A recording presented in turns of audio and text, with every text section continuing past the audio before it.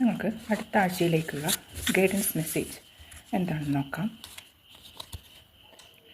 Older woman, dealings or relationship with an older woman. നിങ്ങളെക്കാൾ പ്രായമുള്ള ഒരു സ്ത്രീ, ചിലപ്പോൾ നിങ്ങളുടെ അമ്മയായിരിക്കാം, അല്ലെങ്കിൽ ചേച്ചിയായിരിക്കാം, അല്ലെങ്കിൽ മറ്റേത് ആരെങ്കിലും ആയിരിക്കാം. അങ്ങനെയുള്ള ഒരു വ്യക്തിയുമായി നിങ്ങൾക്ക് അടുത്ത ആഴ്ചയിൽ ഒരു ഡീലിങ്സ് വരുന്നുണ്ട്. എന്തോ ഒരു ഇടപാട് ഇങ്ങനെയൊരു വ്യക്തിയുമായി നിങ്ങൾ ചെയ്യാൻ സാധ്യതയുണ്ട്. A distant friend is thinking of you. വളരെ കാലമായി നിങ്ങളിൽ നിന്ന് വേർപെട്ട് ദൂരെ താമസിക്കുന്ന ഒരു സുഹൃത്ത് നിങ്ങളെക്കുറിച്ച് ഗാഢമായി ആലോചിക്കുന്നുണ്ട്.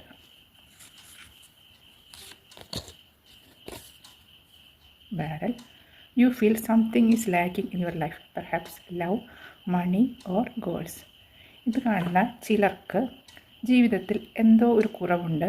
സ്നേഹത്തിൻ്റെ ആയിരിക്കാം, പണത്തിൻ്റെ ആയിരിക്കാം, അല്ലെങ്കിൽ ചിലപ്പോൾ ലക്ഷ്യങ്ങളുടെ ആയിരിക്കാം. ആ കുറവ് എന്താണെന്ന് നിങ്ങൾ തന്നെ ആത്മപരിശോധന നടത്തി കണ്ടുപിടിച്ച് അത് പരിഹരിക്കാനുള്ള നിർദ്ദേശമാണ് പ്രപഞ്ചം നൽകുന്നത്.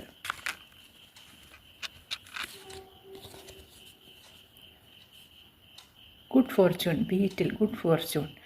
അടുത്ത ആഴ്ചയിൽ നിങ്ങൾക്ക് എന്തോ ഒരു നല്ലൊരു ഭാഗ്യം നിങ്ങളെ തേടി വരുന്നുണ്ട് എന്നാണ് പറയുന്നത്. മിക്കവാറും ഈ ഭാഗ്യം കുടുംബപരമായ എന്തെങ്കിലും കാര്യങ്ങളെക്കുറിച്ചായിരിക്കാം. ഫാമിലി വിഷസ് കം ട്രൂ എന്നാണ് പറഞ്ഞിരിക്കുന്നത്.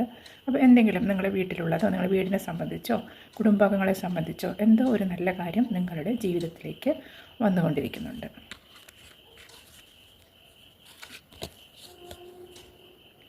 U will be receiving or giving a precious gift.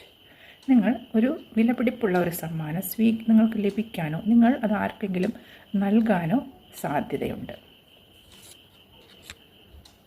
Temporary situation, എന്തോ ഒരു താൽക്കാലികമായ ഒരു ഇടപാട് അല്ലെങ്കിൽ ഒരു സാഹചര്യം നിങ്ങൾക്ക് നേരിടേണ്ടതായി വന്നേക്കാം. പക്ഷേ പ്രശ്നമൊന്നുമില്ല, അത് വളരെ പെട്ടെന്ന് തന്നെ അതിനൊരു പരിഹാരം ഉണ്ടായിരിക്കും.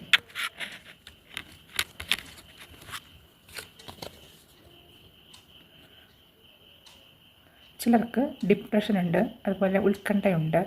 ആരോ നിങ്ങൾക്ക് എതിരായി പ്രവർത്തിക്കുന്നു എന്നൊരു ചിന്ത നിങ്ങൾക്ക് വരാൻ സാധ്യതയുണ്ട്. അപ്പോൾ അതിനെക്കുറിച്ചൊന്ന് ലേശം ഒന്ന് സൂക്ഷിക്കുക. പേടിക്കേണ്ട കാര്യമൊന്നുമില്ല. അത് എന്തോ ഒരു പക്ഷേ നിങ്ങൾക്ക് വെറുതെ തോന്നുന്നതായിരിക്കാനാണ് കൂടുതൽ സാധ്യത. ചിലപ്പോൾ ഒന്നുമില്ലാത്തൊരു കാര്യത്തിനെക്കുറിച്ച് വിഷമിക്കുന്നതായിരിക്കും.